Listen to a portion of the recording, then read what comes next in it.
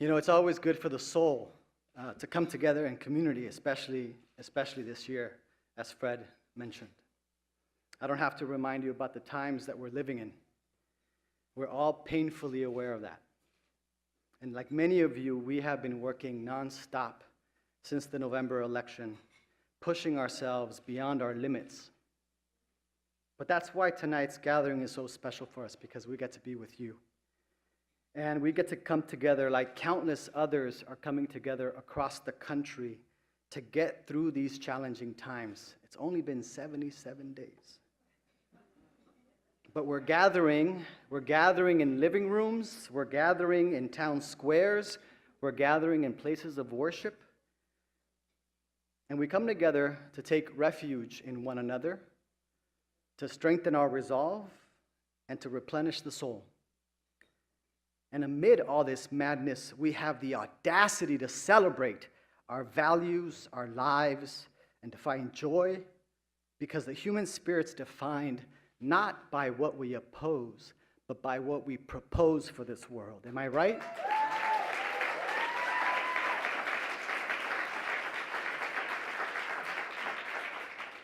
And we are here to take a stand.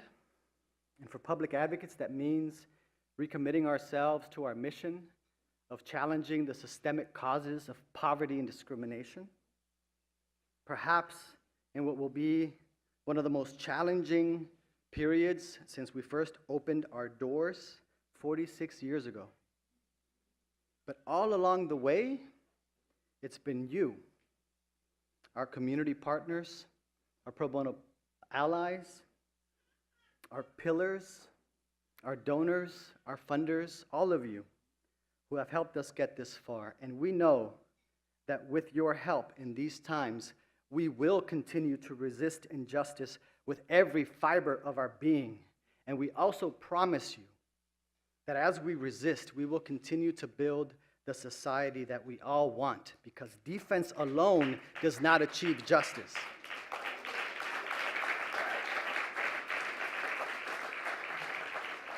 And we believe that there actually is an enormous opportunity that this national political crisis, which is what it is, presents for all of us, especially those of us in California, to advance an affirmative, progressive agenda, starting with our own neighborhoods and cities and throughout our state and across the country.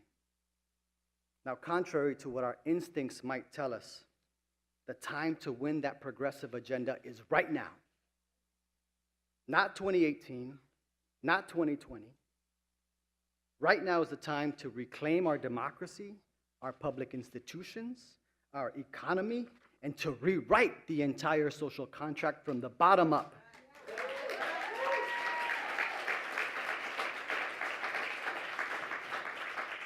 Not tomorrow, actually, yes, tomorrow. But not next election cycle, tomorrow, next week, next month. And it's right now because it's right now when everything is on the line and everybody knows it. Let me ask you, when have you seen in recent decades such a broad and beautiful cross-section of people in masses willing to take action for progressive values in the streets, at detention centers, at airports, at the steps of City Hall, at courthouses? When have you seen so many elected officials, from school boards to city councils to our state legislature, adopt such a defiant tone against Washington, D.C.?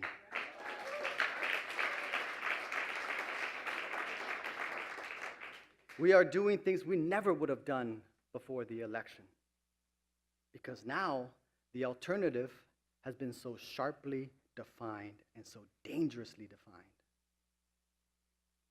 And we're blessed, definitely in California, that before the November election, we already had powerful movements making inroads, like the movement for Black lives, for immigrant and LGBT rights, the push for climate justice, the fight for renters' rights, the fight for 15, and now combined with the groundswell of post-election resistance, we have the opportunity to reach a tipping point in American politics, but only if we are willing to seize it.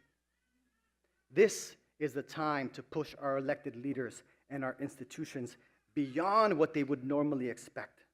It's also the time to push ourselves beyond our comfort levels, to ignore the traditional rules of engagement and political customs, to do what the Bus Riders Union in Los Angeles encourages its members to do, to think the unthinkable thought. This election has forced us to revisit our values like nothing in recent times, and even to confront our own complacency and our own double standards. The things we are willing to protest now because Trump is doing it, but maybe we weren't willing to protest as loudly because it was another administration doing it before.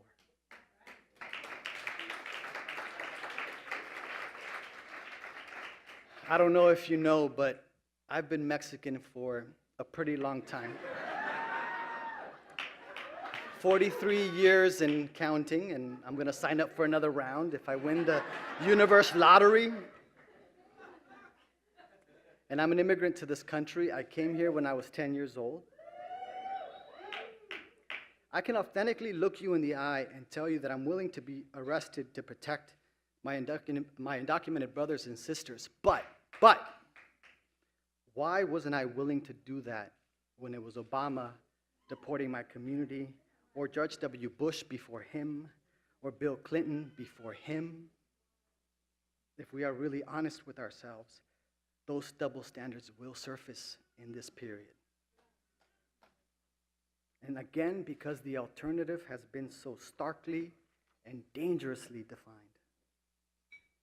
I don't know if Luis Granados is here.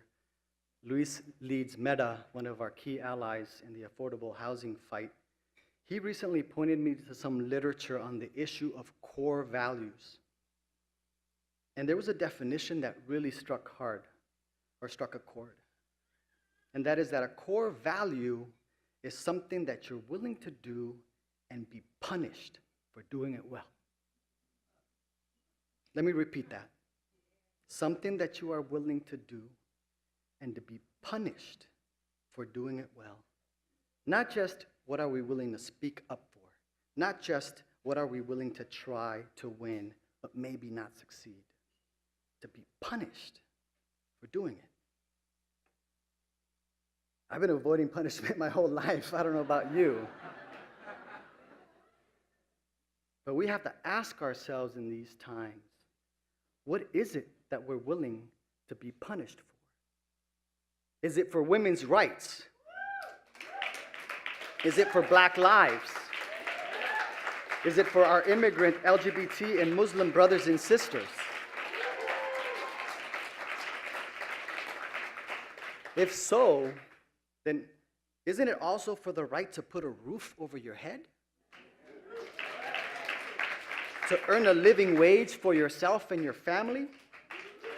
To send your children to a nurturing public school that can prepare them for the future? To go to work or to turn on the lights without polluting your lungs or the planet? We better get prepared to be punished because our new Attorney General, Jeff Sessions, ain't gonna like what we're up to, is he? Now, some of you might be asking or thinking, damn, Guillermo, I thought you were inviting me to a celebration. What's all this talk about punishment? I'll get to the celebration part in a second, I promise. My remarks are your punishment for showing up on time. But let me be clear. When the dust settles after 4 or 8 years of resisting Trump, if all we have to point to is the status quo in California, which is profound income inequality, entrenched segregation in our cities, grossly underfunded schools, a housing affordability crisis with no end in sight, a prison population size that is unconscionable, and an entire segment of our society, mostly women, people of color, and immigrants, the people who clean our homes and our offices, who harvest and cook our food, who raise our children, and who care for us while we're living and while we're dying. If they continue to live in a permanent state of economic servitude, if that's what we have to point to after 4 years of resisting with no progress in the meantime, with all this groundswell of activism, then my friends, we will have wasted, and I mean wasted, perhaps the single most important political opening in California's recent history to tear up and rewrite the social contract, to bring our values to life in our own backyard and to inspire the rest of the country in the process. But we're not going to let that happen, are we?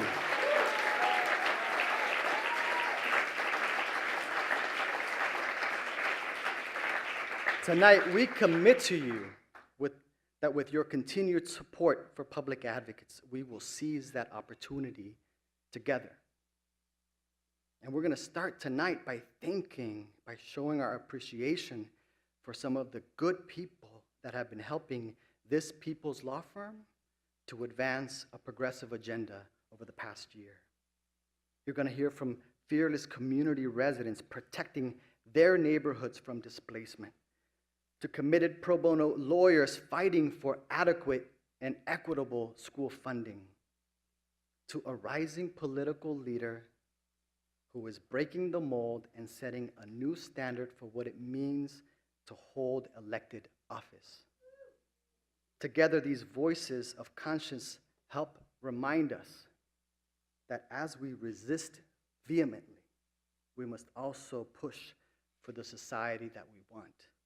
And when you do those two things together, we cannot fail. Because no president, no political party, no ideology or institution can kill our spirit. To paraphrase the Zapatistas, we are the survivors of history who carry within us the seeds for a better world, a world where everyone fits. Thank you for being with us tonight and for helping us seize this moment together. And I hope you enjoy the rest of the program.